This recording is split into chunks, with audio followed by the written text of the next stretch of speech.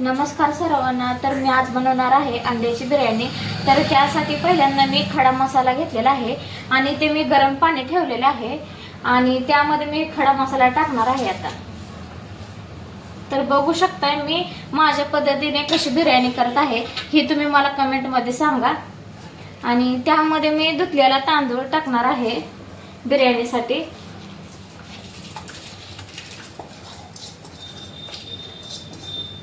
आणि हा तांदूळ असा कच्चा शिजवून घ्यायचा आणि त्यानंतर आपण पुढे बघू शकणार आहे त्यामध्ये आपण अंडी आणि नंतर मसाला हे वगैरे सगळं टाकणार आहोत.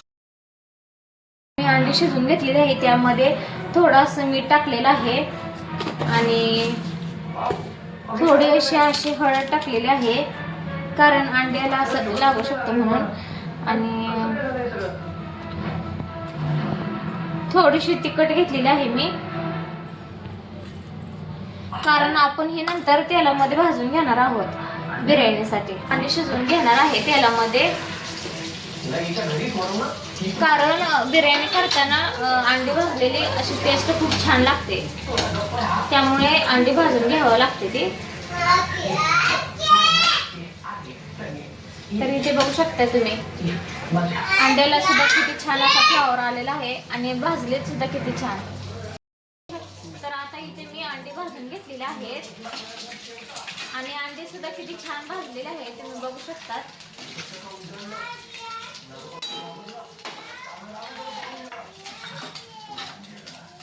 त्यामध्ये मी खडा मसाला टाकणार आहे आणि लसूण आणि आल्याची पेस्ट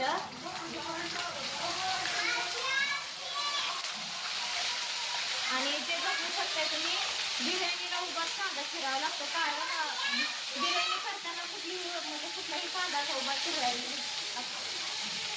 तर बघू शकता मी तेलामध्ये हा कांदा छान असा भाजून घेणार आहे कारण आणि ते माझा कांदा भाजून झालेला आहे. त्यामध्ये मी टोमॅटो टाकणार आहे. टोमॅटो सुद्धा छान असा भाजून घ्यायचा कांद्यामध्ये आणि त्यामध्ये मी अंडा मसाला घेतलेला आहे बिर्याणीसाठी.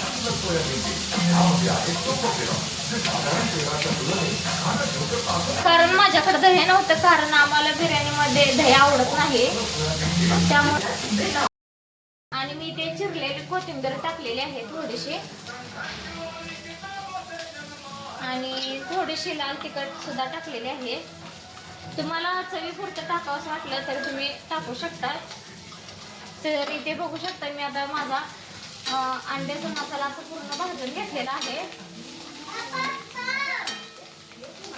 मसाला सुद्धा खूप छान असा भाजलेला आहे आणि त्यामध्ये मी थोडंसं पाणी ओतलेलं आहे.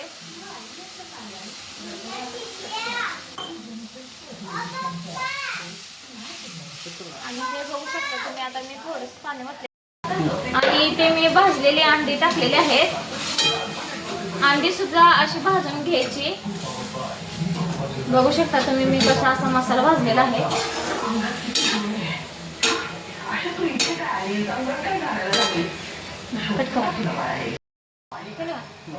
आणि आता माझा इथे मसाला पूर्णपणे भाजून घेतलेला आहे आणि हा मी शिजवलेला राईस टाकणार आहे त्यामध्ये.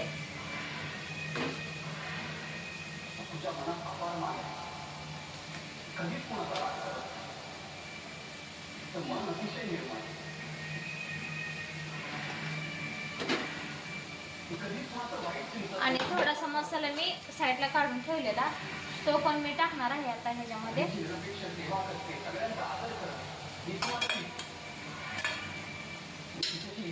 आणि त्याच्यावर सुद्धा मी आता राईस टाकणार आहे कारण खूप छान असा फ्लेवर येतो.